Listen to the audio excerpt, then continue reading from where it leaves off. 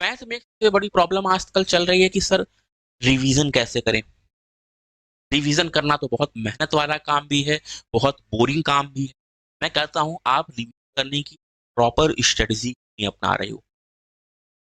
अगर मान लो मुझे क्वेश्चन, मैंने एक बुक उठाई या कोई नोट्स उठाया और उसमें मुझे क्वेश्चन नंबर 1 से और 50 तक रिवीजन करना है। भाई कहाँ से रिवीजन करना है? क्वेश्चन नंबर 1 से 50 तक रिवीजन करना है।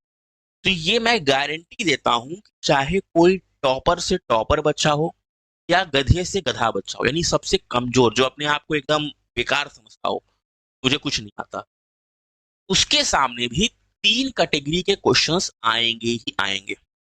पहले कैटेगरी के क्वेश्चंस होंगे जो आपसे इजीली सॉल्व हो जाएंगे,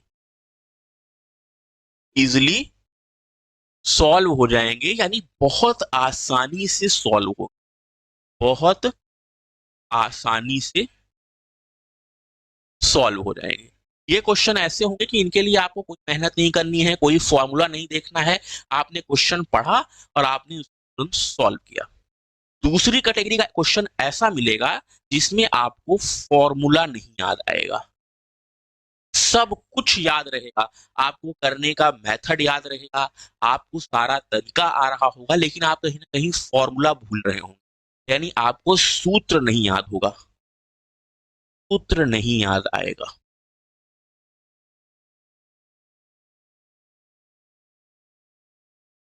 और तीसरी कैटेगरी में आपको ऐसे क्वेश्चंस मिलेंगे जिनका या तो आप मेथड, मतलब सॉल्यूशन, या तो आप भूल चुके होंगे, आपने पढ़ा आपको याद नहीं आ रहा है, मेथड ही क्या लगना है, यही नहीं है। और या तो आपका क्वेश्चन वो एकदम आपके लिए नया होगा, ऐसा क्वेश्चन आपने पहले कभी देखा नहीं होगा, या आप उसकी बोल दीजिए कि ट्रिक ही भूल चुके होंगे।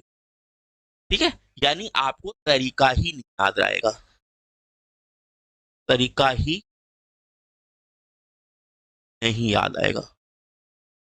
ठीक है, तरीका ही नहीं याद आएगा। तो आपको इन 3 कैटेगरी के क्वेश्चंस मिलेंगे, चाहे जैसा स्टूडेंट हो, चाहे पढ़ने में तेज हो, टॉपर हो, और चाहे कमजोर, उनको ये 3 कैटेगरी के क्वेश्चंस मिलने ही मिलने हैं। अब आपको करना